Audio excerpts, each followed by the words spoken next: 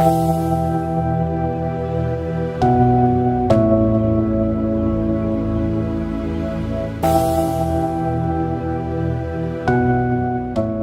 mot origine, c'est un mot et c'est une radicalité négative.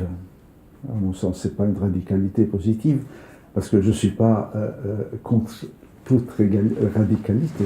Vous savez, les étrangers, et surtout dans les temps que nous traversons, sont extrêmement méprisés.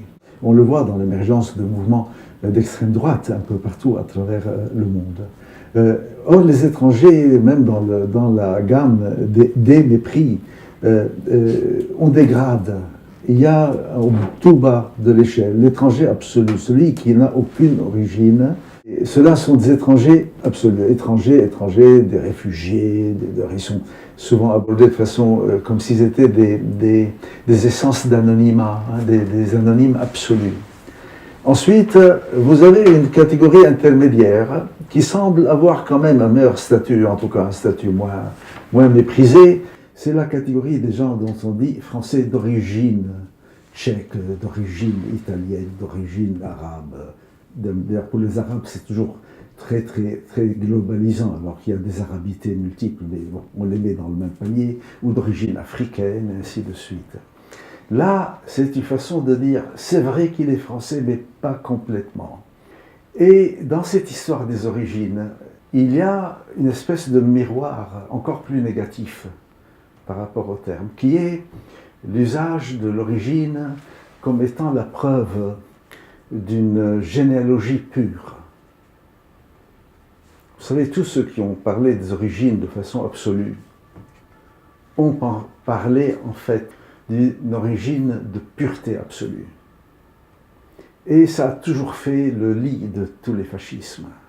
Et l'on est toujours souillé, d'après cette logique, par des éléments qui viennent de l'extérieur, qui sont précisément des éléments étrangers portés par des étrangers.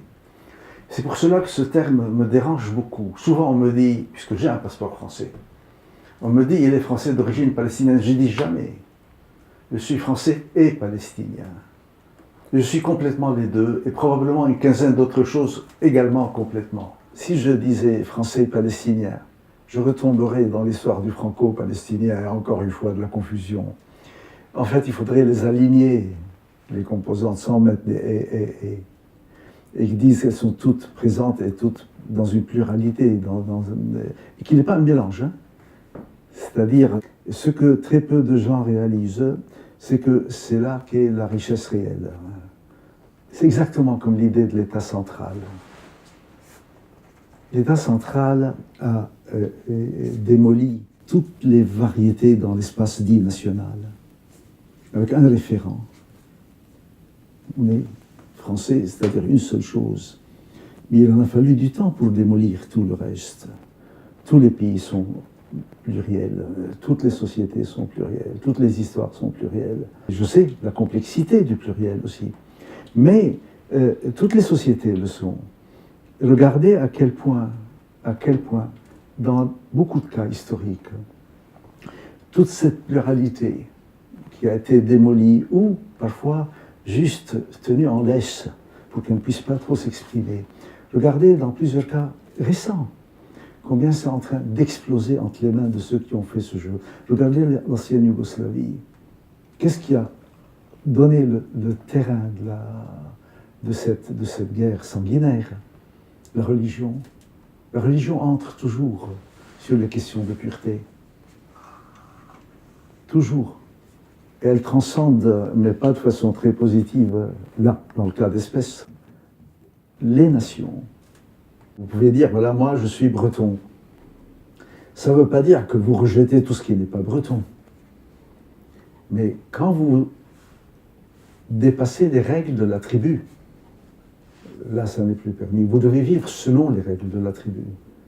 Alors nous ne sommes plus dans la généalogie, nous sommes dans l'avenir, là. Nous sommes ce que nous devenons.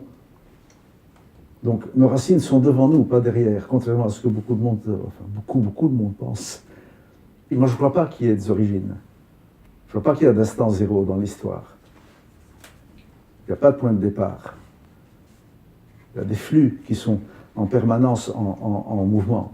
L'origine, les origines, la nostalgie, la généalogie, tous ces mots relèvent et œuvrent d'un même appareillage. Je ne suis pas dans une position morale vis-à-vis de ces termes, mais les constructions qu'on est en train d'en faire sont extrêmement dangereuses. Tout comme le tribal, le communautaire, la pureté originelle. Donc je pense qu'il faut être extrêmement lucide en ce moment sur tous ces termes et surtout ne jamais s'arrêter au fait que les choses simples sont parfois très belles, elles peuvent aussi être parfois très très dangereuses.